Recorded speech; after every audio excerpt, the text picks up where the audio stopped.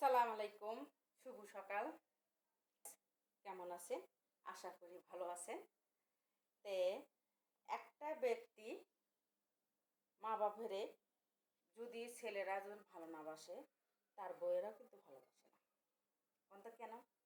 যে স্বামীই তো অবহেলা করে, তা আমি কেন ভালোবাসবো? ঠিক না গাইস? আমি দেখি তাই। যদি ছেলে বিয়ে করার পরে যে আমার বাপ মাও সব আমার, তুমিও আমার, বাপ মাকে যদি মিষ্ট দাও, তাহলে তোমার সাথে আমি কখনো খারাপ ব্যবহার করবো না, কি করবো না যে চলেও যা। তাই আমার বাপ মা যদি দেখতে পারো তাহলে আমি তোমার পাশে আছি। আর যদি আমার একজন বাপ মা যদি ভালো না বাসো তাহলে আমি তোমার পাশে নেই। যদি প্রথম রাতে বিড়াল মারে তাহলে কিন্তু দ্বিতীয়বার বউটা ভয় পাইবে, রে আমার হাজবেন্ড তো আমাকে কইছে বাসর রাতেই, তার বাবা মাকে ভালোবাসতে হবে। তাই বাবা মায়ের যদি সন্তানরা শ্রদ্ধা করে সম্মান দেয়, বউ কিন্তু দেওয়ার বাধ্য।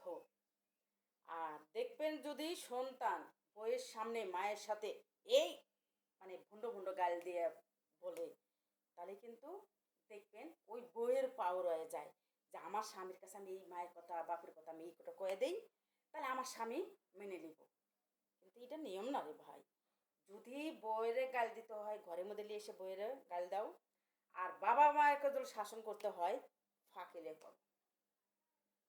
দুইটা মুখের সাথে সামনে সামনে করো না, তাহলে ওই বইয়ের পাওয়ার হয়ে যায়। আবার বইয়ের যদি ওই বাপ মায়ের সামনে যদি বকা দাও, তো বাপ মায়েরও কয় কি আমার পোলা তো আমার বইয়ের পোলার বই আমার বইয়ের পোলার বই দেখতে পারে না, তাহলে আমি এটা একটা কথা কয়ে দিই, তাহলে পোলার বউ পোলারে যায় পোলা যায় বইরে ওই মারবো না বকবো।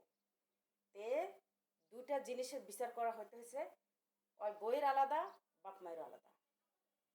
হ্যালো গাইস, কথা যদি খারাপ হয় কমেন্টে জানাবেন, কিন্তু আমি জানি সত্য।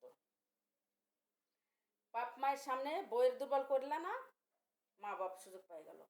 বউয়ের সামনে বাপ মায়ের দুর্বল করল না, বউ সুযোগ পেয়ে গেল। সেই জন্যে দুটো জিনিসই বিচার করতে হয় আলাদা আলাদা।